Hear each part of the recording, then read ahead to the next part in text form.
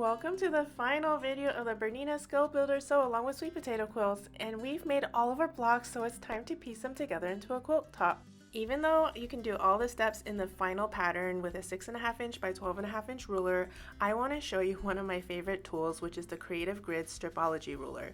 This is the XL version, and it covers fabric up to about 20 inches wide with cutting slots at every half an inch. It's a slotted ruler, meaning it has built-in grooves where your rotary cutter slides as a guide to cut fabric cleanly and consistently. One of the best parts of these rulers is the non-slip grip on the underside, and if you turn it over to feel the texture, you will notice that it is slightly rough, and that's intentional as it is really good at helping the ruler stay in place on your cutting mat while you work. As I set it down here, you will notice it doesn't slide around easily, which makes for safer and more accurate cuts. Now let's get ready to cut some yardage using the Stripology ruler. I'm going to take my yardage for sashing and set it up. By the way, I chose to match my sashing fabric with my background fabric for the making of this quilt. To start, we're not going to open the fabric fully. Instead, we'll keep it folded with the first full fold and then fold it again so that its edge runs parallel to the selvage. On this end, the fabric is a little uneven, so we are going to need to square things up before cutting our strips. One thing to notice are the markings on your Stripology ruler, where each slot lines up with the half-inch mark so you know exactly where you're cutting. The square symbols are marking 2.5 inch increments, perfect for cutting common strips and binding sizes, and the stars mark 1.5 inch increments, which are great for when you need those widths without having to count every slot every time you're cutting. I'm going to lay my folded fabric down and place the ruler on top, making sure the bottom fold of the fabric is lined up with this bold horizontal grid line at the bottom here. This ensures my cuts are perpendicular and square to the fabric, and that the slot will let my cutter cut through the entire width of fabric. For the first cut, to square everything off, I will not use the ruler's edge, but instead use the very first slot. I'm going to take my rotary cutter, place it into the opening, and notice how it's slightly wider at the entrance for easier access for your rotary cutter. Then slide it smoothly up to make the cut, and now we have a squared edge and are ready for the next cuts. Alright, everything is squared up now along this clean edge, and for this project I need 2.5 inch strips. That means I will use the square symbols on the bottom since they mark every 2.5 inches, and I'll cut directly into those slots.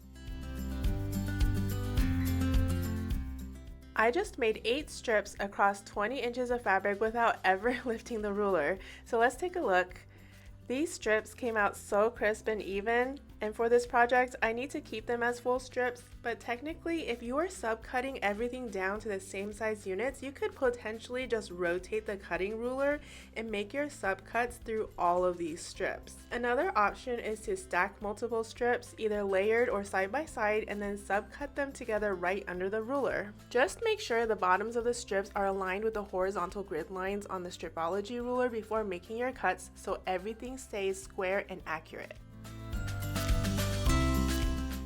This slotted ruler is also great for cutting diamonds and rhombus shapes, and I want to show you how. There are angled guidelines built right in, so let's use this 60-degree angle line. I'm going to align the top edge of my strip with that line and start with the 5-inch mark. Then I will make a cut every 2.5 inches. The rotary cutter just glides through the slot smoothly, and you can see the angled diamonds taking shape. And with just a few more cuts, you can create a full set of diamonds quickly and easily, something that would normally take a lot more time measuring with a standard ruler.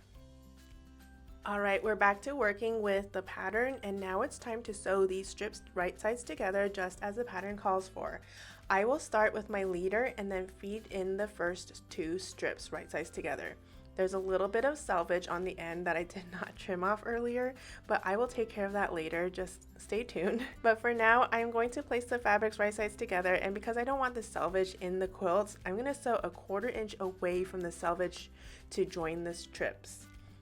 Next, I'm going to take the top fabric, find the end of it, and lay it right side up so it becomes the bottom for the next strip that I am sewing it to.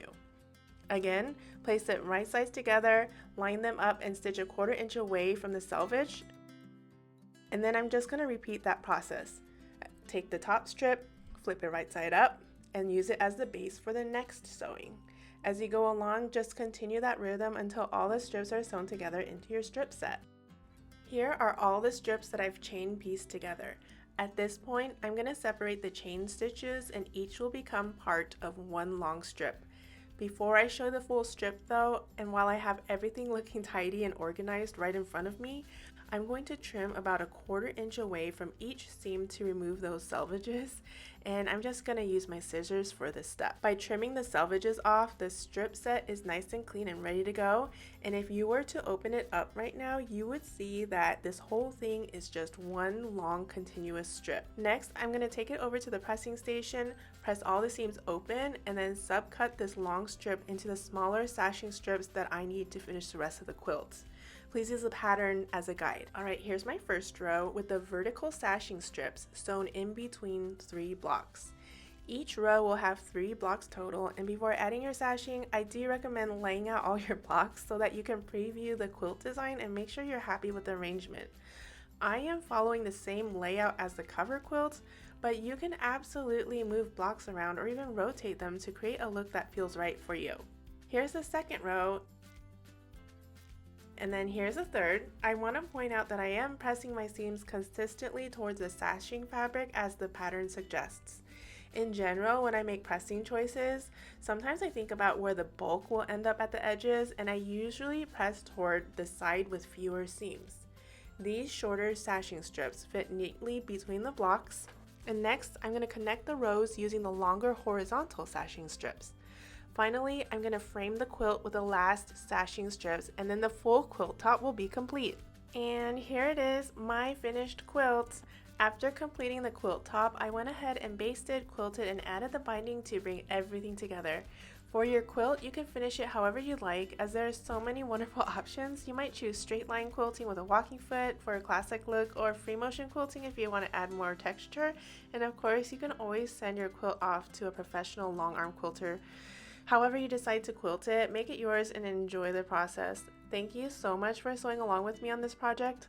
I've loved sharing it with you. If you like more quilting patterns tutorials or to join in on one of my Blog of the Month programs, please visit my website where you'll find even more resources and videos like this. Happy quilting!